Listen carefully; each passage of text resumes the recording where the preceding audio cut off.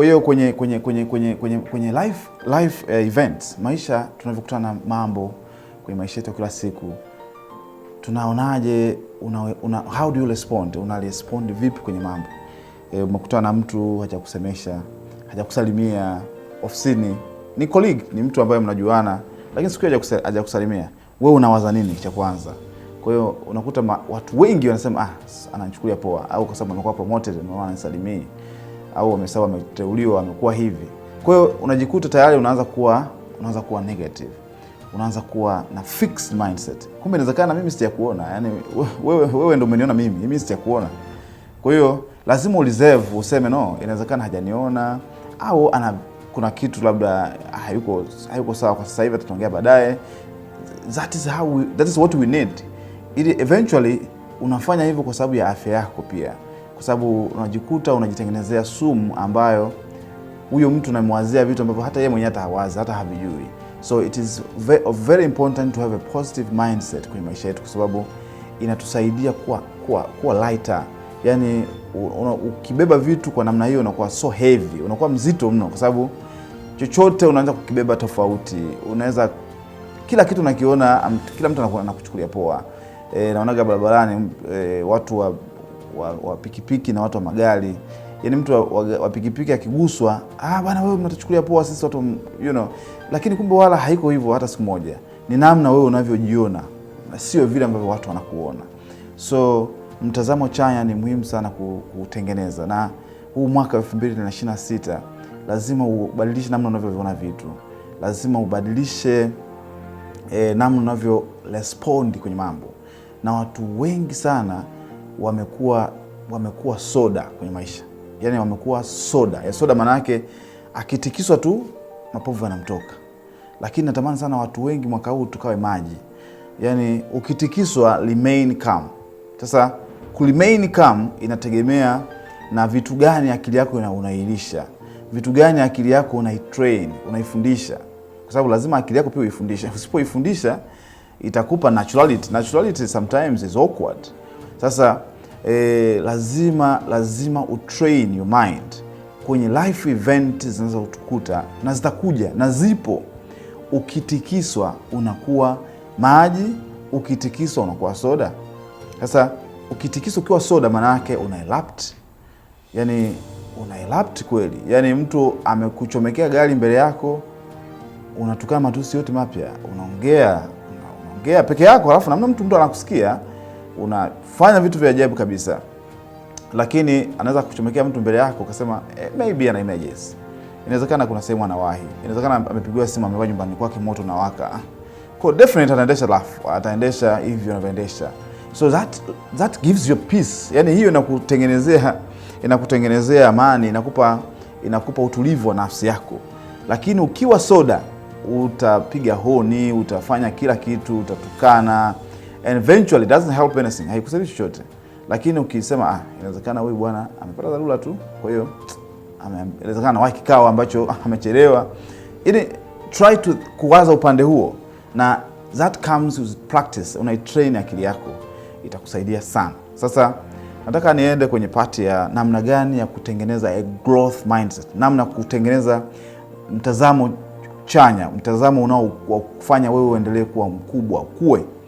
Lazima uone vitu kwenye mtazamo huu ambao tunatamani siku zote, na mtazamo tumesema sio level ya elimu ulionayo, hapana, sio umri wako ulionao, hapana.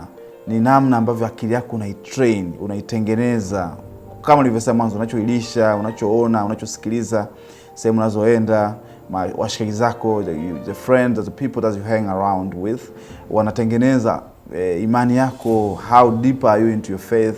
Zote hizo at the end inakuwa set, unakuwa na life principles ambazo unaziishi pale ambapo mtu mwingine akifanya kitu fulani unajikuta una respond au una react that way.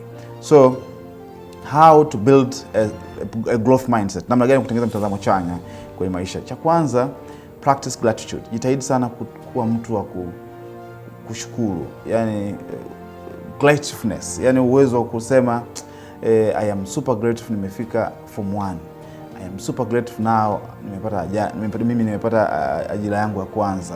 I am super grateful now nimefika sehemu fulani. Namshukuru Mungu kwa sababu nimefika Dar es Salaam. Namshukuru Mungu kwa sababu nimefika sehemu fulani. Kwa lazima uwe ni mtu wa shukrani. Itakusaidia sana sana kutokuwa mtu hasi, kutokuwa mtu ambaye uko fixed. Yani uwe na uwezo wa kusema angalau kwa siku what are you grateful for? Yani kitu gani ambacho unasema mimi leo namshukuru Mungu sana kwa sababu amenipa uhai, namshukuru Mungu amenipa afya, namshukuru Mungu amenipa mke, namshukuru Mungu amenipa mume, namshukuru Mungu amenipa watoto, namshukuru Mungu amenipa hata hili paa la kulala tu. Namshukuru Mungu. Yani you just have to be grateful with something in a day. Itakusaidia sana kuwa mtu ambaye likitokea tukio hautakuwa mtu wa kusema ni kwa sababu ya hichi, ni kwa sababu huyu amekuwa hivi. Hapana, utakuwa mtu wa kusema maybe kimetokea hivi kwa sababu hizi. Give yourself time. Itakusaidia. So wire your brain and train your brain to develop that gratitude. Uwe na uwezo wa kusema asante kwa hichi kilichotokea kwenye maisha yangu. Na sometimes tunasahau. Unajua unaweza kukaa kwenye foleni ukamwona jirani yako mwenye gari zuri kuliko la kwako, unaanza kusema tamani mimi kuwa na gari kama lile. Yani tayari unaanza kusahau baraka ambazo tayari unazo. Lakini kabla ya kutamani hivyo, shukuru kwanza. Na kwenye saikolojia tunasema kushukuru ni kuomba tena. So hata ukienda kwa Mungu wako, ukienda basi ukushukuru ni maombi makubwa sana. Kwa hiyo ukimshukuru, hata mfalme akimshukuru maana yake unamwambia naomba tena akupe. So it is very important tutengeneze utamaduni wa kusema kukumbuka matendo madogo na makubwa ambayo tumebarikiwa nayo. Tutengeneze huo utamaduni. Ikiwezekana kila mwezi tengeneza daftari lako ambalo unasema unaandika gratitude note kwa mwezi huu wa kwanza. Una kitu gani cha kumshukuru Mungu? Sema nimeweza kulipa ada kwa wakati. Unashukuru Mungu miaka yote ya nyuma ulistambo. Andika namshukuru Mungu mwaka huu mwezi huu sijaumwa chochote. Write down. Mwisho mwaka ukifika, soma zile gratitude notes zako zote za mwaka mzima. I am telling you, siku unavunja kibubu na siku hiyo pia unavunja gratitude note yako, unaisoma yote mwaka mzima.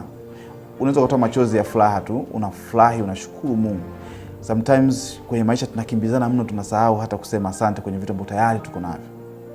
Kuna vitu ambavyo tulivikuwa tunaviomba miaka iliyopita. Kwa hiyo unajikuta tuna watu ambao tunatamani vitu vingine pia tunashindwa ku appreciate. Kwa hiyo ili uwe na mtazamo ambao ni wa kukua, wa kuongezeka, na mwaka huu ni mpya, lazima uwe ni mtu ambaye una uwezo wa kushukuru, kutengeneza hiyo gratefulness ndani yako kwenye maisha yako kila siku. Ukiweza kufanya kila siku, ukiweza kufanya kila wiki, ukiweza angalau mara moja kwa mwezi. So pata siku ya kusema kitu gani kwenye maisha yangu naweza kusema asante.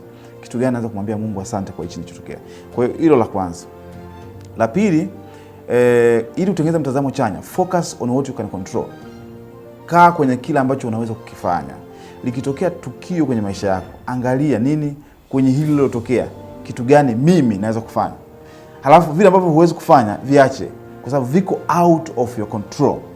Kwa hiyo if anything happens, useme hili kwa kweli naweza kufanya, nalifanyie kazi. Nasema hili sitaweza kufanya. So I can tell you, kwa mfano mimi nimekuwa kwenye jamii ya ufugaji. Tunaenda kuchunga mbuzi, ng'ombe. Siku moja kuna jirani, mbuzi wa jirani wamekuja kwenye shamba la jirani. Wamekula majani. Hasa walivyokula yale majani, yule mwenye aliyelishiwa akawa amewakamata wale mbuzi. Walikuwa mbuzi 4. Wale mbuzi 4 walikuwa na tags kwenye masikio, wana namba 1, namba 2, namba 3, namba 5. Kwa hiyo namba 4 haikuwepo wale mbuzi. Kwa hiyo yule mwenye aliyokamata wale mbuzi anaanza kumtafuta kwanza yule mbuzi ambaye namba 4 ambaye hayupo. Sasa akaogopa kuwarudisha kwa mwenye mbuzi ili amwambie bwana, mbuzi wako wamefanya uharibifu kwenye shamba langu. Akasema hapana, sasa nikiwarudisha hawa nitaulizwa mbuzi namba 4 hayupo. Kwa hiyo alichokifanya akawaachia ili asiwe na kesi.